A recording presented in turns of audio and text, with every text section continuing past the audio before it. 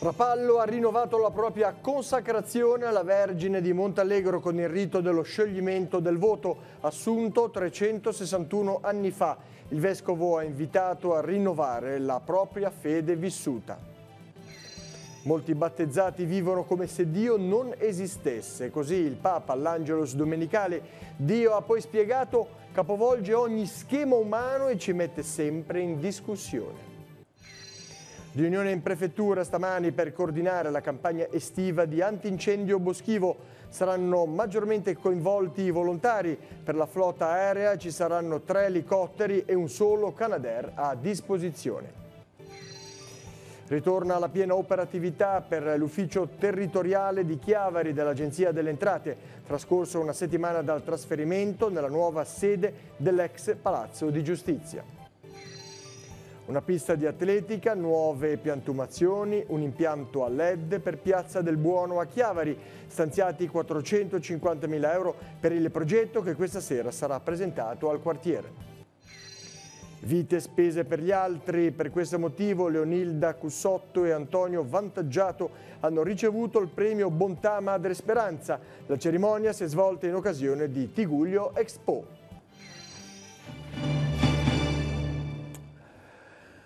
Buonasera a tutti, gentili telespettatori, benvenuti nei nostri studi.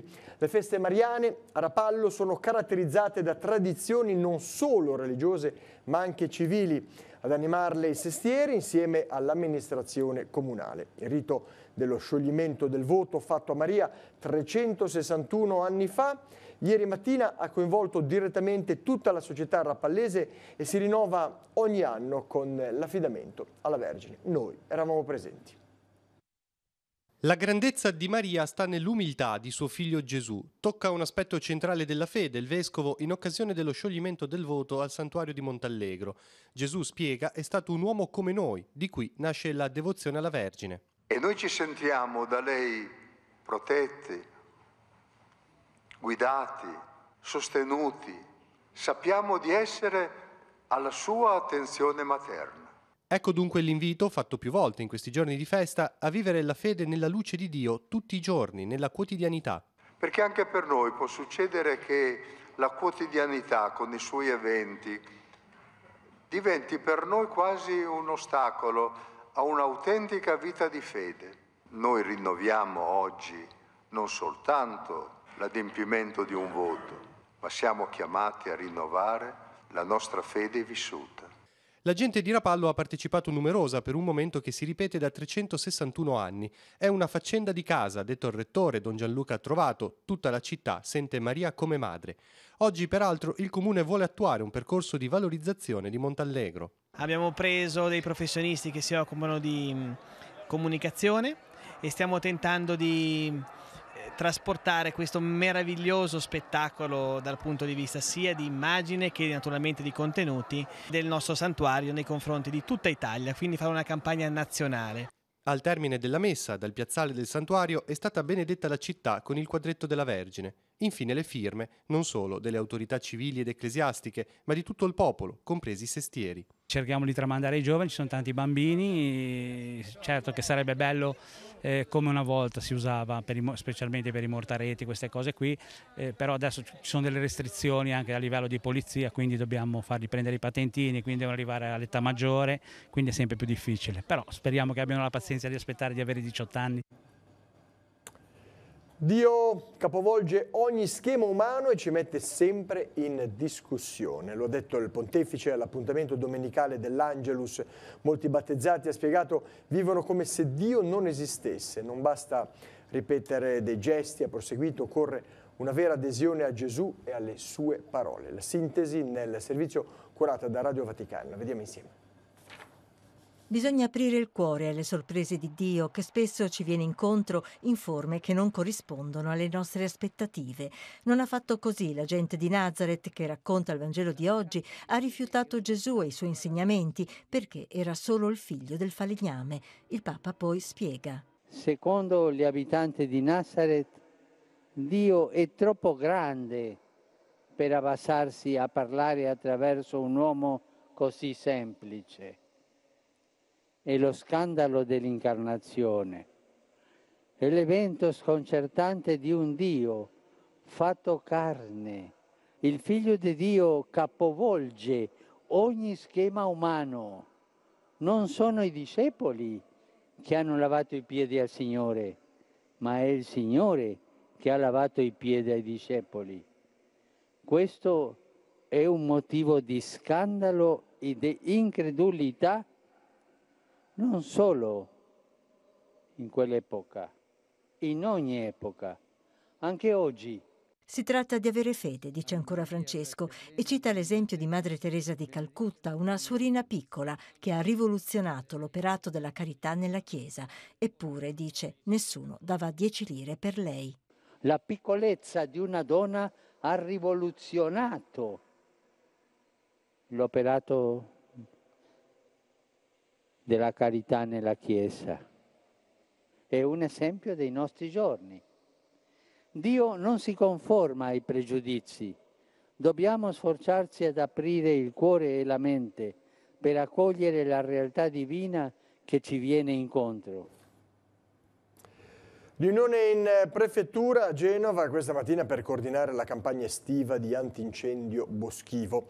La novità del 2018 consiste nel maggior coinvolgimento dei volontari, mentre per quanto riguarda la flotta aerea, oltre a 3 elicotteri, ci sarà un solo Canadair a disposizione per tutto il centro-nord Italia. L'intervista.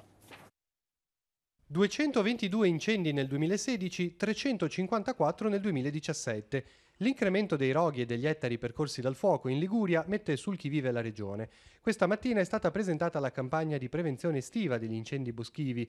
La novità consiste nel maggior coinvolgimento dei volontari, 2000 in tutta la Liguria, che saranno organizzati in squadre di 4 persone pronte a partire. Previste attività di formazione e addestramento. In alcuni incendi arrivano prima i volontari, quindi hanno necessità di avere della formazione specifica per la gestione delle prime ore dell'incendio. Questa verrà fatta a breve anche con la collaborazione stessa dei Vigili del Fuoco, ma stiamo avviando un progetto europeo con diverse altre regioni, tipo la Toscana, la Sardegna, la Corsica e l'ex regione Pacà, con le quali divideremo un programma, un progetto di antincendio boschivo e saranno previsti anche dei corsi molto più specialistici a favore dei nostri volontari. La Regione prevede di investire 4,3 milioni di euro derivanti dal piano di sviluppo rurale, pronti a essere erogati a 11 comuni liguri che hanno presentato domanda di contributo per le attività di prevenzione e contrasto degli incendi. Si aggiungeranno circa altri 4 milioni che andranno a essere utilizzati per acquedotti, irrigui, piccole vasche antincendio oppure piccoli bacini. Infine c'è la questione della flotta aerea. Su questo non sembrano esserci significativi passi avanti. 2 elicotteri ce l'abbiamo sempre tutto l'anno, uno nell'aeroporto di San Lazzaro a Imperia e uno su Genova. Ne avremo un terzo per 3 mesi che verrà dislocato, verrà posizionato dove più riterremo necessario, e a questi si aggiunge l'unico Canadair per tutto il centro-nord Italia. Chiaramente questo è un problema, però abbiamo già provato negli anni a chiedere il potenziamento di velivoli a flotta dello Stato, ma non siamo riusciti.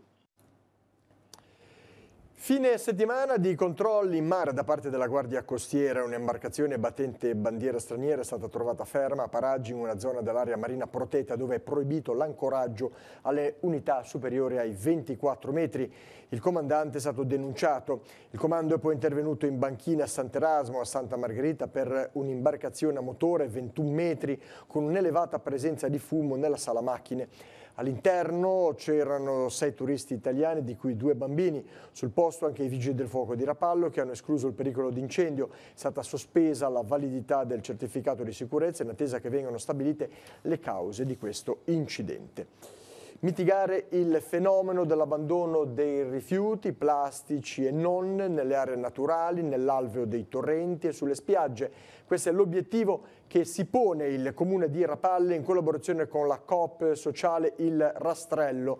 Il progetto è stato presentato questa mattina in Comune 4 le misure che saranno adottate: un servizio quotidiano di pulizia e rimozione della spazzatura dal litorale, azioni mirate in alcuni torrenti del territorio, la rimozione e la rivalorizzazione della posidonia oceanica spiaggiata, la distribuzione sulle spiagge libere della città dei portamozziconi per le sigarette, in modo da ridurre l'impatto ambientale dei filtri gettati a terra. E infine l'apertura di un web app dedicata alle segnalazioni da parte delle persone. Per utilizzarla è sufficiente accedere e registrarsi all'indirizzo marenoplasticrapallo.it, che sarà attivato proprio nei prossimi giorni. È un complicato ma progressivo ritorno alla piena operatività per quanto riguarda l'ufficio territoriale di Chiavari dell'Agenzia delle Entrate. A una settimana dal trasferimento nella nuova sede dell'ex Palazzo di Giustizia, gli sportelli al pubblico sono aperti mentre si sta ultimando la sistemazione degli archivi e delle stanze. A parte il primo giorno, quando ancora l'operatore telefonico non aveva completato il trasloco della linea, i servizi non si sono mai interrotti. Oggi siamo andati a vedere. Siamo ancora un po' con l'affanno, però siamo pienamente operativi e questa è la cosa importante, perché chiaramente prolungare nel tempo una situazione di stallo e un disservizio nei confronti dell'utenza sarebbe stato veramente drammatico. Come sono stati distribuiti gli spazi? Noi lavoriamo per il momento su 4 piani, perché il piano, diciamo, 0 è quello che sarà dedicato all'UPT, quindi all'ufficio del territorio, quindi parliamo di ex catasto e conservatoria, e all'Agenzia delle Entrate e Riscossione ex Equitalia. Non si sono ancora trasferiti qui. Noi lavoriamo su 4 piani. Il primo piano, questo è importante dirlo anche per l'utenza, è il piano dove opera il front office, sia per quello che concerne la parte del registro e successioni, sia per quello che concerne la parte relativa, diciamo, alle dichiarazioni, quindi comunicazioni di irregolarità, cartelle, redditi precompilata, eccetera. Questa è la parte che è interessata appunto al pubblico, alla gestione del pubblico. Nei 3 piani successivi operiamo invece come back office, quindi ci sono tutte le altre attività, ma non è previsto l'accesso del pubblico a questi piani. Si dice che il trasloco sia una delle esperienze più traumatiche della vita di una persona. È stato così anche per quanto riguarda l'ufficio delle agenzie? Assolutamente vero.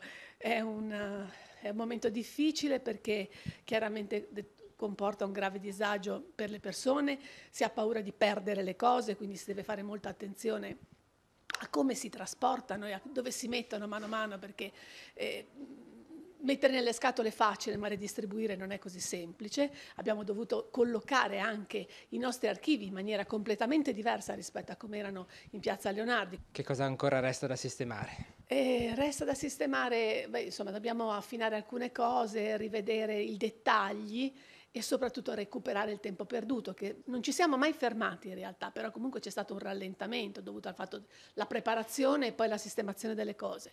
E 15 giorni li abbiamo in qualche modo persi o comunque ci siamo rallentati e quindi dobbiamo recuperare. È stato rinnovato per il triennio 2018-2021 il Consiglio d'amministrazione dell'Opera Diocesana Madonna dei Bambini Villaggio del Ragazzo. Il Vescovo Monsignor Tanasini ha riconfermato Giovanna Tiscornia quale amministratore delegato e legale rappresentante, Gaspare Rossi, vicepresidente, i consiglieri Armando Montagni, Filippo Mantovani, Paolo Uccelli, a cui si unisce come nuovo componente il consigliere Lorenzo Caselli. Ne dà notizia il presidente dell'ente prete Rinaldo Rocca, che augura a ciascuno un proficuo servizio per condurre l'opera con spirito evangelico e sapiente perizia in questi momenti che permangono delicati.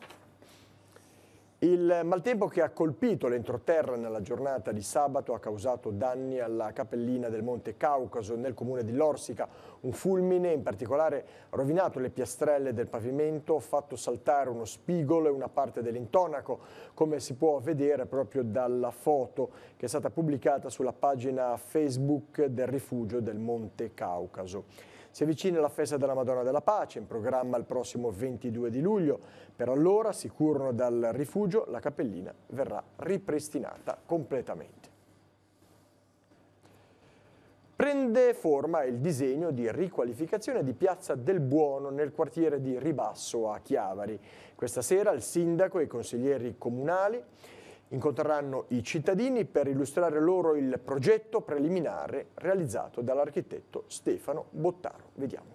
Appena approvato il nuovo bilancio abbiamo stanziato 450.000 euro per la riqualificazione di questa piazza e stasera la presenteremo alla cittadinanza per condividerne alcuni aspetti. Che cosa è previsto in quest'area? In quest'area è previsto innanzitutto il rifacimento di tutte le luci pubbliche. Attualmente abbiamo delle luci anni 80, prevederemo tutte luci a LED a risparmio energetico.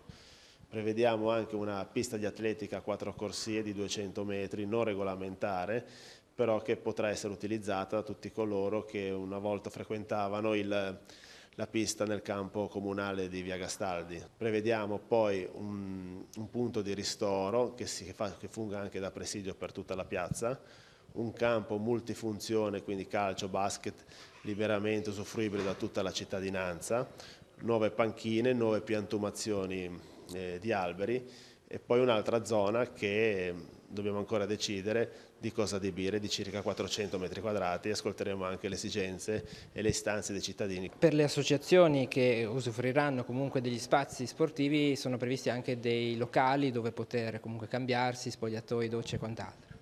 Sì, oltre al presidio, come dicevo, un locale di ristoro, vi sarà negli spazi sotto la pista spogliatoi per le associazioni che ne vorranno usufruire, però ricordo a tutti che la pista sarà accessibile a tutta la cittadinanza, a tutti coloro che vorranno passeggiare e correre in estrema sicurezza in centro a Chiavari. È un polmone verde del quartiere, le essenze verranno comunque mantenute, attualmente è previsto comunque una valorizzazione del verde. Vi saranno nuove piantumazioni e alcune, presumibilmente poche, verranno eliminate. Comunque nel complesso il verde verrà aumentato di quantità e di usufruibilità da tutti quanti. Anche per i bambini vi saranno migliori parchi giochi per un miglior accesso alle famiglie in questa piazza.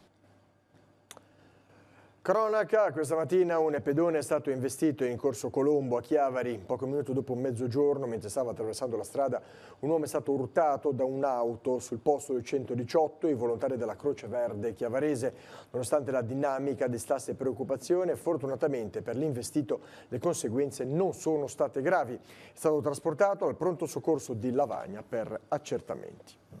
Un artigiano di 31 anni di Rapallo è stato denunciato dai carabinieri di Santa Margherita Ligure.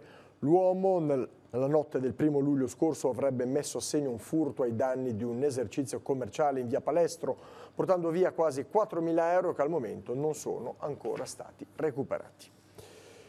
Anche quest'anno i ragazzi della scuola primaria di Calvari potranno svolgere i compiti delle vacanze con l'asino. Prosegue infatti l'iniziativa della biblioteca dell'Ascito Cuneo, già messa in atto negli anni passati.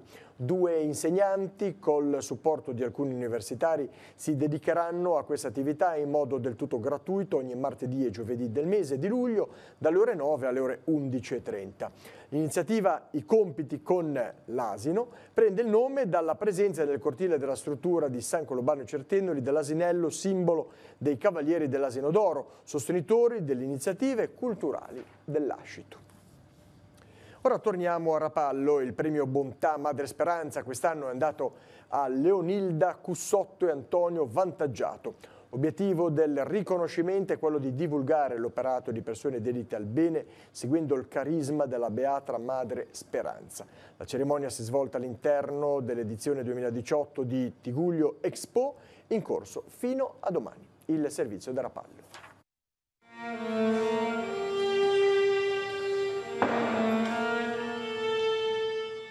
Vite messe in gioco per gli altri sono quelle di Leonilda Cussotto, da anni impegnata nel volontariato, e di Antonio Vantaggiato, 38 anni nella Guardia Costiera, oggi in pensione, che salvò dei giovani dall'annegamento in mare. A loro è andato il premio Bontà Madre Speranza 2018, consegnato all'Oratorio dei Bianchi di Rapallo. Il premio nazionale Bontà è ispirato al carisma della Beata Madre Speranza, un'occasione per parlare di questa realtà associativa che fonda le sue radici a Rapallo e che si impegna a scoprire le buone persone. Operiamo con lo scopo di trasmettere il messaggio che Madre Speranza ha fatto conoscere, cioè la conoscenza di un Padre buono che ci ama e soprattutto scoprire quante persone già agiscono così proprio per quel seme che abbiamo tutti nel cuore e che certe volte non ce ne rendiamo conto.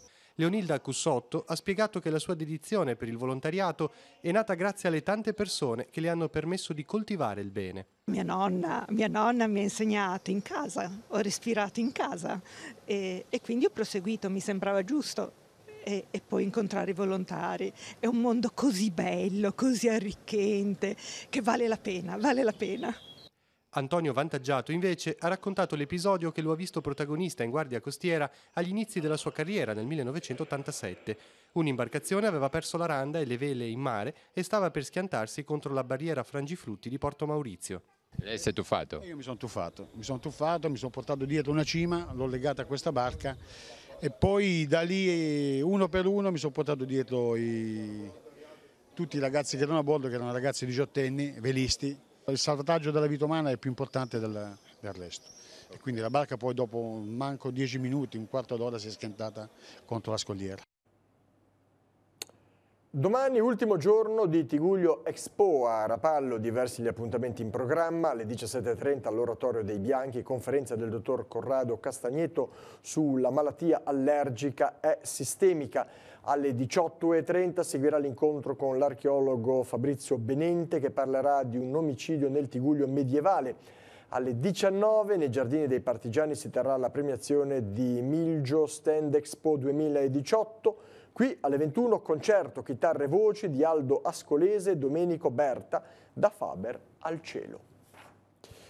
Rapallo ha salutato questa mattina un pezzo della sua storia. In Basilica infatti è stato celebrato il funerale di Maddalena Merello, vedova Schiaffino, 86enne, per decenni volto del chiosco situato sul lungomare, davanti all'hotel Rosa Bianca. La donna, insieme al marito, ha gestito per tutta la vita il chiosco. All'inizio punto di vendita del pesce crudo, al quale poi si aggiunse la somministrazione del vino, per passare infine ai giorni nostri come chiosco per le bibite e gli snack. Il bancone è un pezzo antico e rappresenta la storicità dell'esercizio.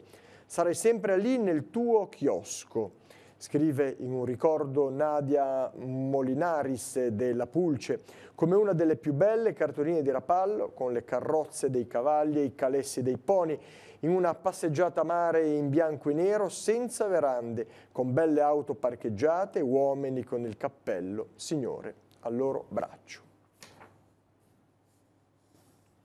È un modo di guardare la nostra regione, la sua morfologia, la sua storia, la sua lingua. Da oggi il termine liguritudine è anche uno spettacolo multimediale con testi di Roberto Frugone e Andreina Solari, canzoni e musiche originali e l'allestimento a regia della compagnia Scena Madre. Sarà portato in scena giovedì prossimo alle 21:30 in piazza Fenice a Chiavari.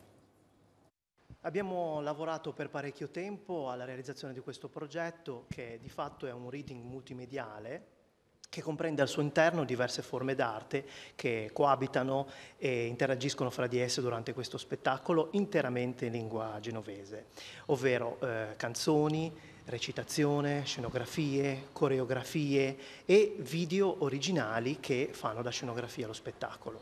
Quanti ragazzi hanno partecipato? In tutto una decina di persone, compresi poi anche altri collaboratori, i registi e i musicisti della mia band. Ci sono 6 giovani attori coinvolti nella recitazione, un videomaker che curerà le riprese dell'evento insieme a Lorenzo Battilana della Star Video e 2 registi, Marta Abate e Michelangelo Forola della Scena Madre, e io e gli elementi della mia band. Che significato ha per chi ha scritto una poesia vedersela poi trasformata in colori, musica e suoni? Direi che è un qualcosa di molto emozionante che non avevo mai provato prima, se non in qualche concorso, vedermela leggere da qualche attore, però con i ragazzi che si sono impegnati, che erano il loro primo approccio in questo esperimento, perché è stato un esperimento per tutti noi, è stata veramente una cosa molto piacevole. Qual è la valenza di questo progetto?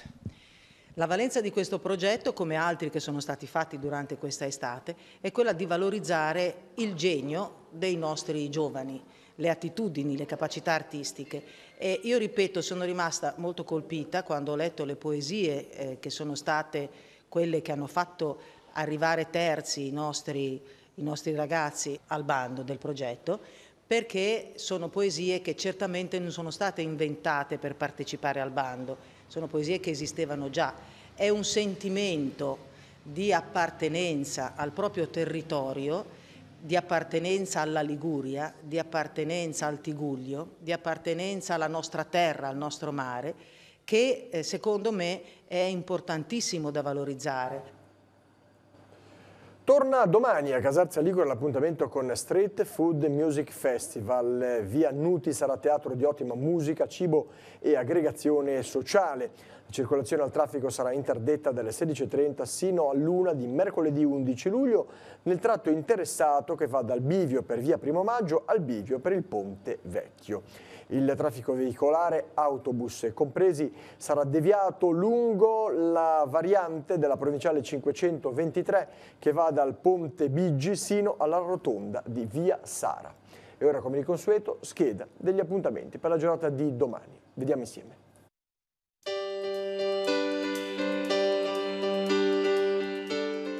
Appuntamenti in agenda per martedì 10 luglio. Prende il via a Santa Margherita Ligure la rassegna di teatro di Figura al flauto magico, giunta alla 18ª edizione. Alle 18 nell'area dei Giardini Martiri delle Foibe, laboratorio per bambini Riciclare Inventando. Alle 21:15 spettacolo La strega cioccolata, teatro dei fauni di Locarno. Sesta edizione di A tavola in Val Graveglia, serata di sapori tradizionali accompagnati dalla musica di Roberto Rossi. Appuntamento alle 19:30 nell'area verde Sandro Pertini di Nemi. Sul palco del Teatro Conchiglia di Seste Levante va in scena l'edizione 2018 del Blues and Soul Festival. Ospiti saranno la Mike Zito Band e Kirk Fletcher che suonerà insieme ai Gamblers. Inizio alle 21. Sempre alle 21 alla Sala Carlo Bo di Palazzo Fasci a Seste Levante conferenza di Marta Conventi su Tra stelle e al di là, scoperte e misteri di Albenga. Secondo appuntamento per la rassegna Tigugliana Incontri. A Rapallo, a Villa Porticciolo, alle 21:20 è in programma un omaggio a Fabrizio De André con la presenza di Dore Ghezzi, di Giordano Meacci e di Francesca Serafini, che discuteranno assieme alla giornalista del quotidiano La Stampa Fiorella Minervino del recente libro Lui, io, noi. A Dore Ghezzi sarà assegnato il premio internazionale Golfo del Tigullio. Recital di pianoforte di Roberto Logli a Santa Margherita Ligure. Lo spettacolo, con inizio alle 21:30 a Villa Durazzo, fa parte del Santa Festival 2018. Infine, per la rassegna teatro alla Torre del Borgo di Lavagna, a partire dalle 21:30 la compagnia Quelli della Votta porterà in scena la commedia Le Ameggio Anna Rimini.